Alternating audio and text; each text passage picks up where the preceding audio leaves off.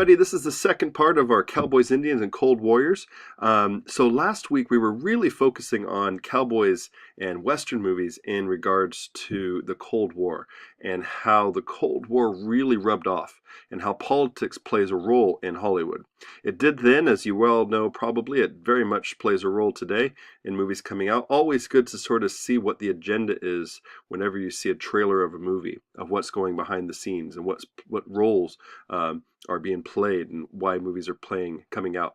Money financing movies is often tied to political agendas, as you probably know. So it definitely was the case in the 60s and 70s and the 50s with Western movies. You looked at John Wayne, you looked at people fighting against it like Humphrey Bogart, people getting kicked out of the United States like our Charlie Chaplin. But this week we're going to look at this a little differently, and we're going to switch gears to the other side of the story and focus in on the Native Americans, focus in on the Indian. And this is where we start to switch gears, and we're looking thematically here also at identity and how closely identity and formations of identities and clashes of identities when it comes to movies portrayals. So, this we're focusing on Native Americans, we're focusing on the American Indian, but also think of people of color, think of different ethnic backgrounds, and how American Hollywood portrays certain groups, minority groups. So this week in particular, focusing on the Native American Indian. I think you're going to like this. I really enjoy this topic because I was working in universities in California. I worked a lot with Native American populations in California. Worked a lot with the tribes in Northern California. A very, very small percentage don't go to college in Indian communities. Very tiny. So it's a huge part that I was doing, working with tribes, of helping to get an understanding of how universities can help the youth, but also help the communities of tribes. So you might yourself be part of a tribe, or somebody that is, and there's still a stigma in the Indian community of how higher education can be a sense of whitewashing, kind of like the old boarding schools. If you don't know about the boarding schools, that's something to look up or take my U.S. history class. And it's sort of the sense that, losing your culture by being, quote, civilized or whatever. The old saying in the turn of the century was, kill the Indian and save the boy, as they put them into these schools. And that mindset has progressed, where some people still today see higher education as a way of losing one's culture. So my goal as a history professor and instructor in California was to help tribes and help communities use higher education to better their community, and to be able to use higher education as an active tool in bettering oneself. As you all know, that's why you're in school here, but also to help your family, help your friends around you, help your community. So that's a big part to me of higher education, of teaching history. And specifically, I love working with Native peoples of California in particular. So just to show you my bias, I think that's important. I think every instructor should be upfront of why they're doing certain things. I am doing this module because I have a personal connection to it, and you should know that. But I'm very open and understanding of people's views. Some people, I'm showing some ideas of what some discussions are happening around the country. So you're very much probably aware of the NFL. Our president of the United States likes to talk about this a lot, of the national anthem. But another issue that's been going on for a while is, of course, looking at mascots and the portrayal of the American Indian in Mascots. Here in England, believe it or not, I'm in Exeter, which is a huge rugby place. In fact, the Premier League rugby team is here in Exeter. In fact, I work at the gym.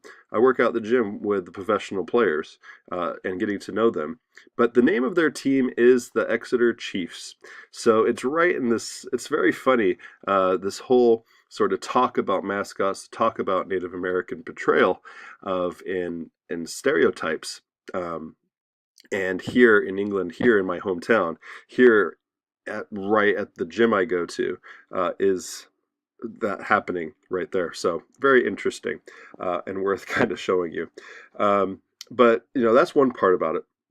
The other thing too, BBC, which is the British news here, did a story about Native Americans, America's stolen country, and sort of portrayal of some societies, some areas in around the country of Native American communities, worth looking at.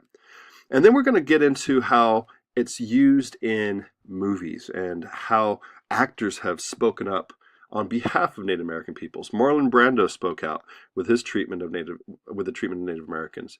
He did that at a time too that's important when there was AIM, the American Indian movement, really in full swing. And they took over Alcatraz, if you know Alcatraz in the Bay in San Francisco, occupied it for I think a year and a half, 2 years, 79, I believe. No, sorry, 69 to 71, I believe. Somewhere thereabouts. But it was a huge thing. I have some friends, you might know some people that were part of that movement. And there's some other things that happened around the country with that. And a lot of the actors came forward to show their support, Marlon Brando being one. Also, actors walking off the set of more current movies like that you'll see there as well. But also I wanted to show just a clip of a documentary since you're in Northern California and the Winnemem tribe, which the tribal leader Colleen Sisk.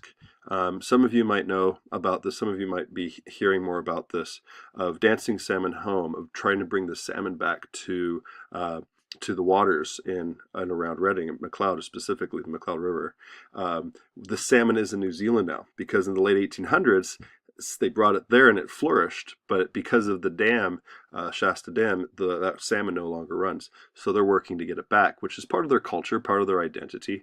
So tying in environmental issues to Native culture and then using that as an active tool through film and a documentary is a whole nother thing altogether. So that's just a clip from the documentary. They have the documentary at the Shasta College Library if you're interested. If you have questions about that, feel free to email me. They know me pretty well. I work with them quite a bit.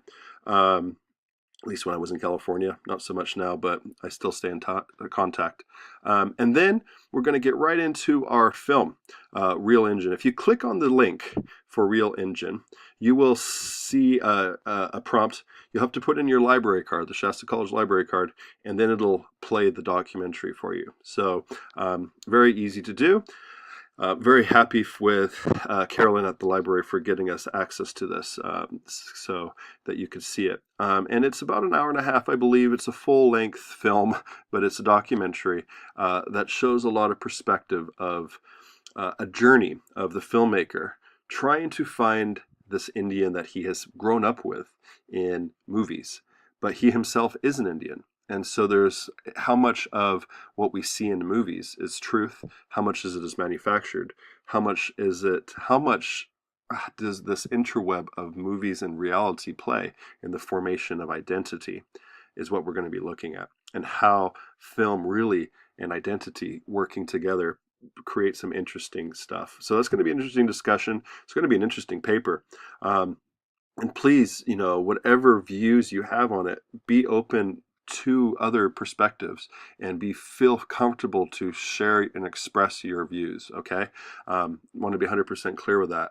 I think that makes this class so rich. It's coming from a lot of different perspectives of how to deal with these discussions and these sort of ideas, especially with mascots, right? And sort of the idea that we're bringing forward here about identity. So, and then you have the essay Real Injun. So that'll be due always in a couple weeks. Whenever we have a video, just kind of assume that you have a couple weeks to do it. Try to give as many weekends in there, because I know a lot of you can only do it on the weekends. So 3 pages, you can get that done. It's going to get easier as we do each one too. So that's the main stuff. That's what we're looking at. We're looking at identity through film, and specifically American Indians. So a lot of you might have some friends. You yourself might be tied to a tribe. So this could be very personal. But also, this is something that I want you to think of in an academic sense, as this is really important issues in humanities as we're looking at society. Think of 100 years from now, people looking here and they're looking at this film, what would it say about American Indian culture today? And so that's always something too. How much of that is true? And how can we dissect society by looking at film, specifically in this case, the American Indian? So again, if you have questions, comments, please email me. I love to hear from all of you. Have fun with this one as always. This is an interesting shifting gears a little bit, and I'm looking forward to hearing what you have to say about all this stuff. And have a fantastic week. We'll be in touch. Bye-bye.